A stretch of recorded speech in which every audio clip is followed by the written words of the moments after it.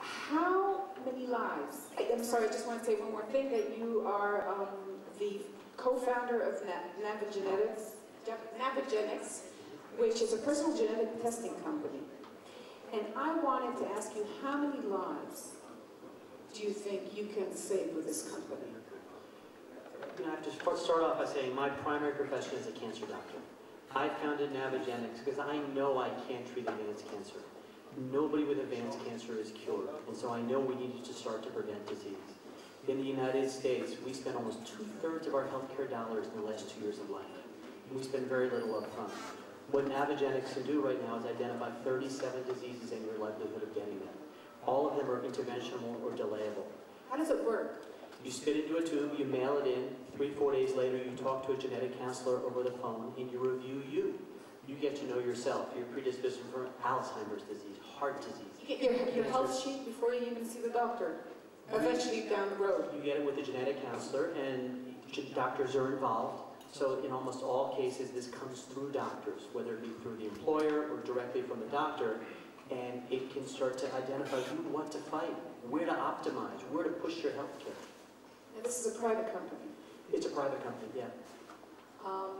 It's quite a decision, as you mentioned, as a physician, as a cancer doctor, to say, okay, people who can afford prevention and people who can have this, you know, this life insurance actually can do it. Why is it not supported yet by government? Or when will it be supported by government? You know, because it sounds like, I just want to say, when can I come to your company?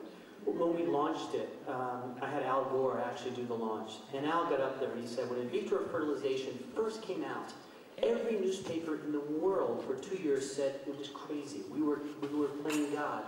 We were creating life. We were being deterministic in what we did. And then last year in the United States, 248,000 were done and nobody blinked twice.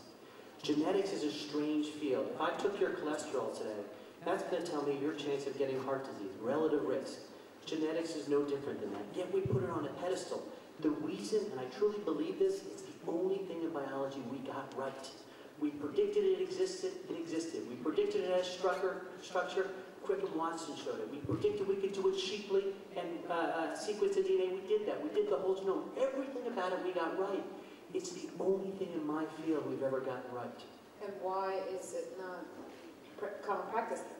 I think it will be. I mean, it's becoming common practice in companies. If you as a company do it on your employees, and you prevent one case of colon cancer as a self-insured company, that's $250,000 to your bottom line.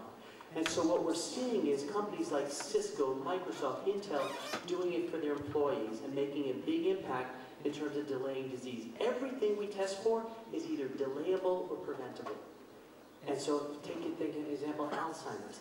If you know you can get Alzheimer's, you'll go on medicines to delay it. And it will delay it by 6, 7, 8 years. I'm an optimist. 6, 7, 8 years equals a magic pill. So when in your site, talking about the tomorrow, when will we be able to prevent or predict or treat in advance about 90 to 100% of the diseases? When can we have this insurance that we can live at least 90 and be safe? I truly believe we're there. I truly believe we're here now. I think if you look at life expectancy in the world, I think if you started to push things toward prevention, you could add a decade of life to individuals. And I think we're there. Remember, from age 15 to age 55 in the United States, we spend less than $100 per year. We start to do it all when we get sick. The key is to prevent them. There are simple drugs that cost very little money.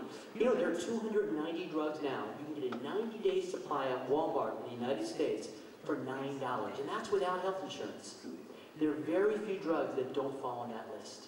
So what is it? Is it the human nature just to tackle problems when they hit you, or is it something deeper, I don't know, the medicine, the pharmaceutical industry?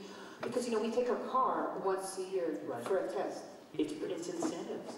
Look at the insurance companies. In the United States, the average time on a health plan is 4.5 years. So if I'm your health insurance company, I say, listen, why should I worry about your heart disease? Your time to have a heart attack isn't for 15 years. Why should I tell you to go on a medicine? Because by then you won't be on my plan. It's the individual. Michael Dell at Dell Computers said, if you smoke in my company, you pay 3x the health insurance costs. He lost 2.3% of his workforce the first year. He lowered his healthcare costs by 22% 5 years later. And so we need to put culpability out there. We need to change the incentive structures toward prevention. If you don't do prevention, why should society pay? Taught by the dollars, you know. But as you mentioned that you devote most of your life, I mean, most of your professional life to fighting cancer. Do you like the word fighting cancer? Do you like the term fighting cancer? Because if you lose, then you didn't do enough.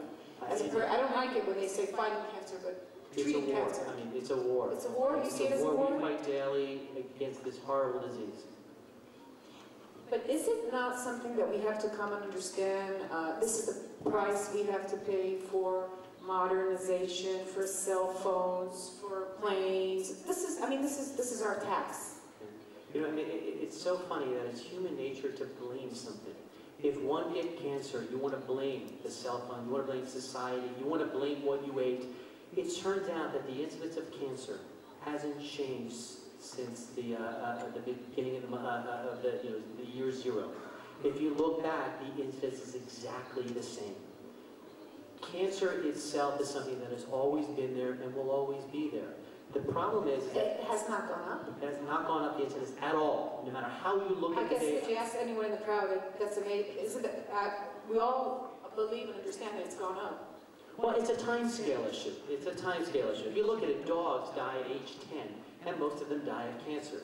Humans die at age 70, and half of them die of cancer. You look at a mouse. Mice in New York City live an average of 2 years, and most of them die of cancer. So there's a time scale component. We are living longer, so we're seeing cancer, and because of the likes of Facebooks and all, we know about cancer. Until Andy Grove, who's a hero in our country, went on the cover of Fortune magazine, nobody talked about cancer. It was hidden. You didn't know when your relatives died of cancer. They died of something called old age. But now people are open and talking about it. But the data isn't there that there's an increased incidence of cancer. In fact, if you look at the cell phone data, it's not clear either. What the WHO, I think, did was a big misservice. There's very little data tying cell phone usage to brain cancer. And the food we eat.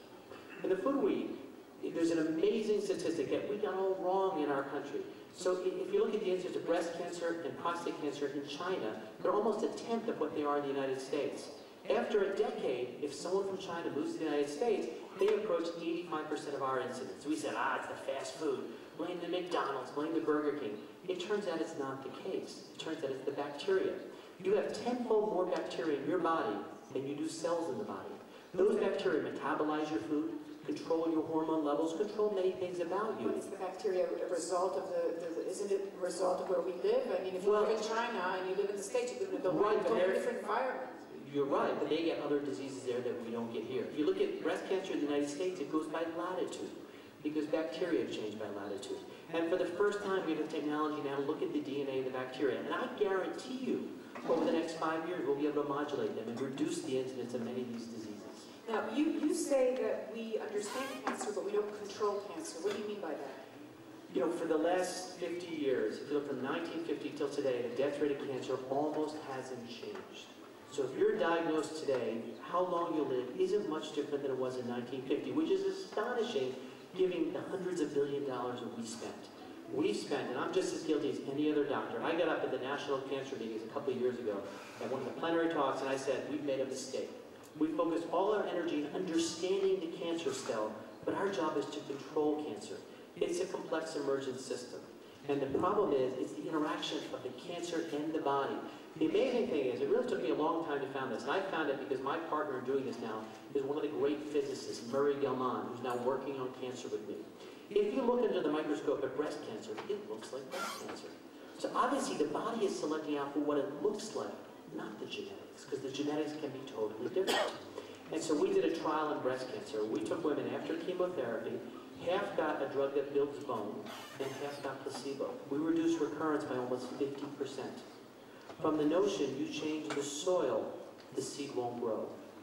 I truly want cancer doctors and all doctors in the future to be more like weather people than biologists. We are not going to be able to understand the complex system that is the human body and disease, yet we should be able to control it. How can we control it if we don't understand it? Well, right there, that example is we changed the system in the soil. If I ask my child how to stop a train, he's not going to go through every argument of the physics and what the gravity is and what the friction is. He'll say you pull the brake. And so what we need to do now is to learn on how to change that system. And the first time, we have the technology to look at the whole system. And it's a technology called proteomics, where you can take a drop of blood from the finger and look at all the proteins in the body at once and get the state of the system.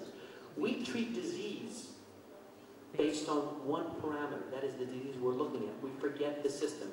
Haldane, one of the great thinkers in the 1920s, wrote, we're going to screw up cancer, heart disease, and others because we're going to treat it like infectious disease. We're going to make a diagnosis and therefore have a treatment. He was right in that we need to look at the whole system. We need to treat toward health, not treat toward shrinking a cancer by 50%. So you're saying we need to re-educate ourselves, re-educate the doctors, re-educate the pharmaceutical industry. No question about it. I mean, I spoke with one of the biggest pharmaceutical companies 2 weeks ago, and brought up to task and saying, listen, you're just trying to treat the molecular defects. We need to treat the system and look at this system. And unfortunately, all our ways of empowering ourselves, vitamins, for example, every study with vitamins with more than 500 people has an increased incidence of cancer. There's zero data that vitamins help you. Yet our society wants the easy way out over and over. I want to find a pill for that. There's something to eating real food. There's something to exercising. The most amazing study came from 1949, the head of the British Transport Service. The first study ever showing exercise had a benefit was he looked, and there are two types of people in his 16,000 employees.